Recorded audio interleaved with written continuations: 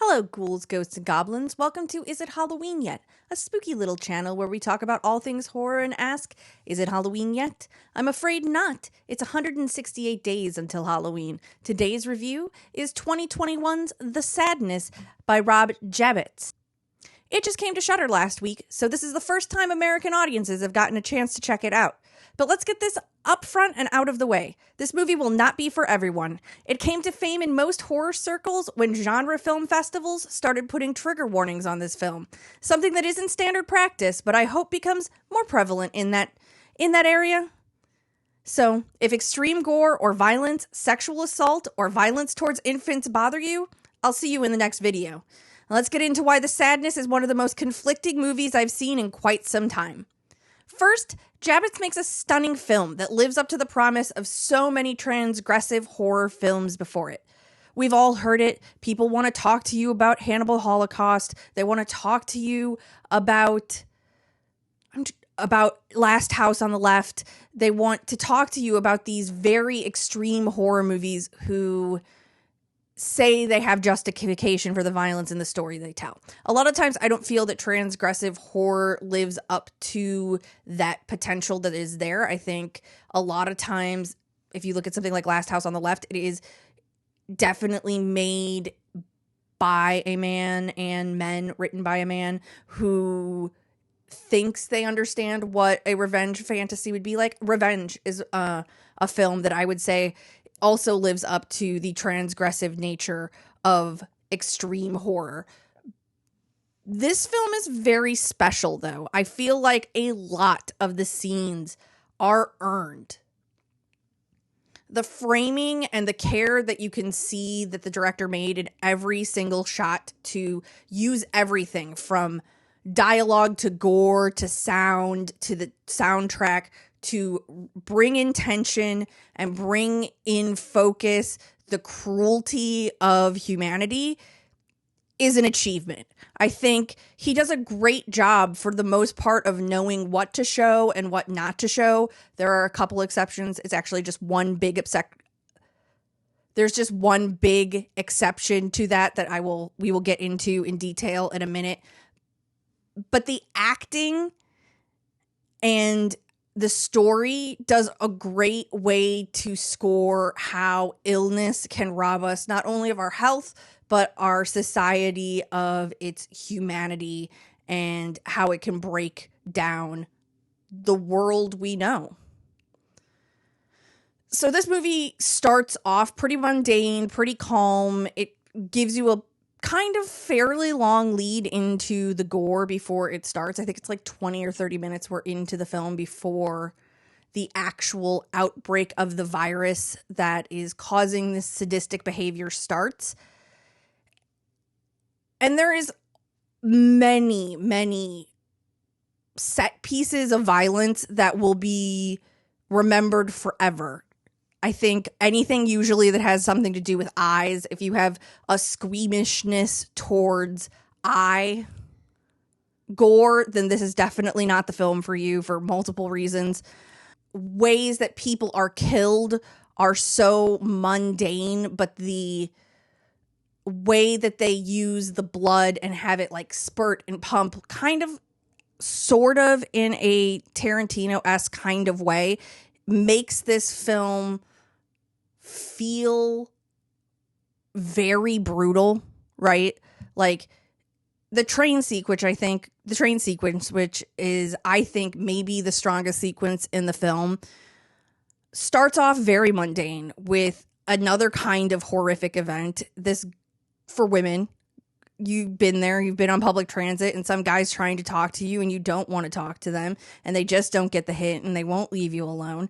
And she finally like snaps at him and was like, do you want me to press like sexual harassment charges? And that just makes him ashamed and embarrassed. And he's like, I was trying to be nice. All the things that you hear men say when you put down a line that you don't want to be bothered anymore.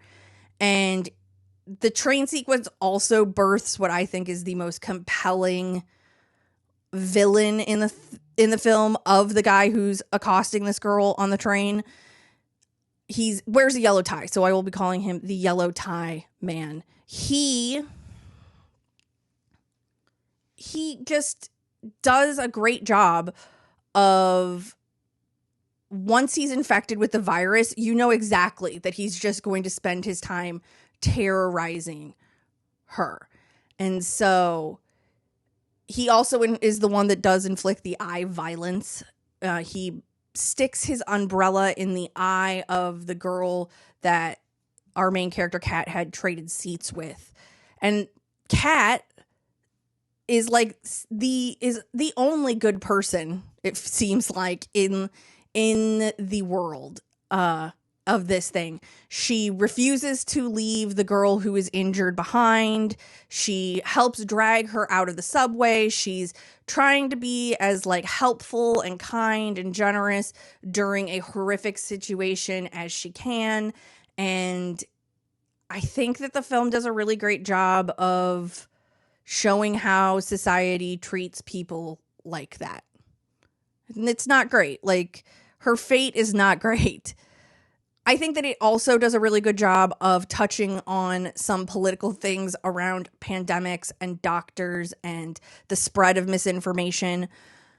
We see it from both sides. We see the president of the country is assassinated live on television by one of his generals who's infected, in a very great practical shot of his head blowing up. Like, just a phenomenal shot. And the chaos that ensues after the president is murdered is, I think it does a great job of setting how everyone was kind of trying to wait for order, and they're all orderly, and then it's just no holds barred. The gore just gets even worse. And it also brings us to another scene that's in the hospital, which I think he talks about one thing where they were lighting children on fire. They say something else. There's like talks of all these horrific acts that happen, right? And then we get to the scene with the yellow tie guy. And he has been chasing the two girls through the whole movie at this point. And they get split up because they will not let Kat stay with the girl who's injured while she's getting treatment at the hospital. Makes sense. There's a fucking outbreak of people violently murdering each other. You probably just want to have the people who are sick there. So, extreme trigger warning for sexual assault in the most extreme way possible. We're going to get into the scene that I think is a detriment to this film. It undermines, I think, the great work they had done unto this point of understanding how much violence we needed to see, or how much depravity you needed to see to understand the stakes in this world. So, the man in the yellow tie has chased down the two girls. They've been separated. And he finds the girl with the eye injury. It is implied, because they don't show it specifically, which I do appreciate, that he rapes her, not only in the traditional sense, but also through the hole that he put in her eye.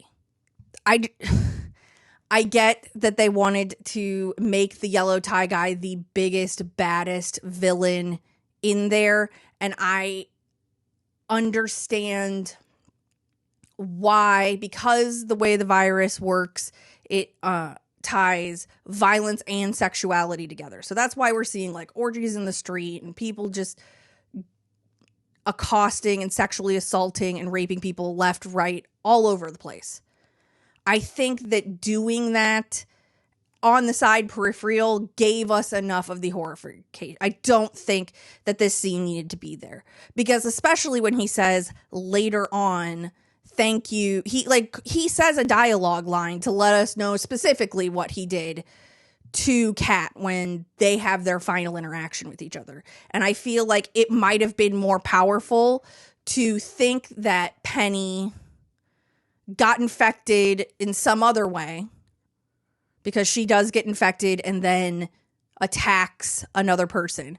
I think it might have been more powerful to think that Penny got just got it through like being around the blood and all that blood in the thing finally did it. And it was such a small amount that it took such a long time. I think there was more power in misdirecting that Penny got it casually through the contact of the blood and the tissue and all of that, then drop it on you later in dialogue that he had done that. Or just not. Like, I don't think it was something that needed to be there. I think there was enough. They did a good enough job of establishing the connection between sex and violence and sexual violence and the disease that I don't think you needed that scene to be there. There's a juxtaposition between the man in yellow and this doctor who we find who's experimenting on babies, and he murders a bunch of them because they're going to die anyway because their parents have this thing and everyone's sick and I could test them and see if they're immune or whatever. You're supposed to think like the man in yellow is this terrible person, does this, he rapes, he pillages, he does all this. And then this doctor is also this terrible man who is so frustrated by being ignored by society, so frustrated by the fact that he is now impotent to help people in an area where he should be overqualified to help people as a doctor. I think that his cruelty towards Kat, when it's very clear she doesn't have the virus after he's dumped her in medical grade antiseptic spray, he's made her change clothes, he injects her, I think, with the virus and nothing happens. I think he might be one of the saddest characters to me in the movie because he thought he's like the villain that we get now. He thinks he's doing the right thing. He thinks he's doing the just and righteous thing to help humanity by sacrificing these babies, but it's just horrific in nature.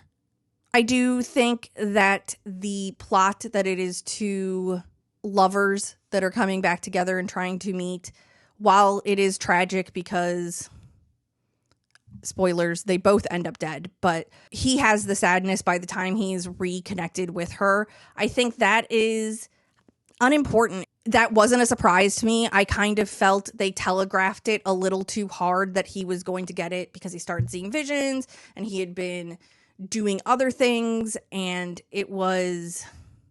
I didn't need him to have the sadness and the conversation that they had. I just didn't feel like there was a connection there that was great. Like, I just didn't need it. I think it would have been better if he hadn't have got it and then got it right at the end, and she had to deal with it, and she does kind of have to deal with it. She leaves him in the hospital to die instead of going up the stairs to go to the helipad where she is promptly shot. That's what you get for being a good person in the world of the sadness. That's what you get for protecting people and protecting yourself and trying to do the right thing. It's dark. The whole movie's dark. It makes me think about it. I think it is probably going to go down as the best film that has come out of the pandemic that we're in. I think it does a lot of great things to subvert the ideas of zombies and virus movies. I just think it gets a little bit muddy in its context with the romantic plot, which is just kind of there at the beginning and then there at the end. It kind of bookends both of it, but it just makes me not care about the boyfriend's journey as much. Just because, like, once he starts seeing visions, I kind of had checked out of his story because I knew he was going to show up the next time we saw him. And he was going to have the sadness, and then that was just going to be sad. So I know that I get that they wanted to do things to, like, amp up the tension so they don't have their phones and they don't have whatever, but 15 minutes of connection, part of which where they're fighting, isn't enough to make me want to feel like they're together. Like, when he shows up and has the sadness, I really thought, like, okay, girl, well, if you get out of this, if you live through this, you'll find somebody else. He wasn't that great of a boyfriend anyway. I didn't have a strong connection to them as a couple. Though Kat, I had like a super strong connection and was devastated when she is shot at the end. And that's going to do it for me on the sadness. I gave it 3 stars on Letterboxd. You can follow me on Letterboxd if you want at Miss Nintendeek 64. I will post what I'm watching. You'll get sneak previews of sometimes the star review, sometimes not, but you'll always know what's coming up on the podcast or on the channel because I'm pretty good about logging everything I watch in there. So speaking of the podcast, you could also sign up for that. I do movie news and a review once a week. This week we had a bonus episode, which is this video you're watching right now. So if you want reviews, movie news, all of the stuff that's going on in the world of horror, you can follow that on any of your major podcast providers. That's going to do it. You know what time it is. Sleep or don't.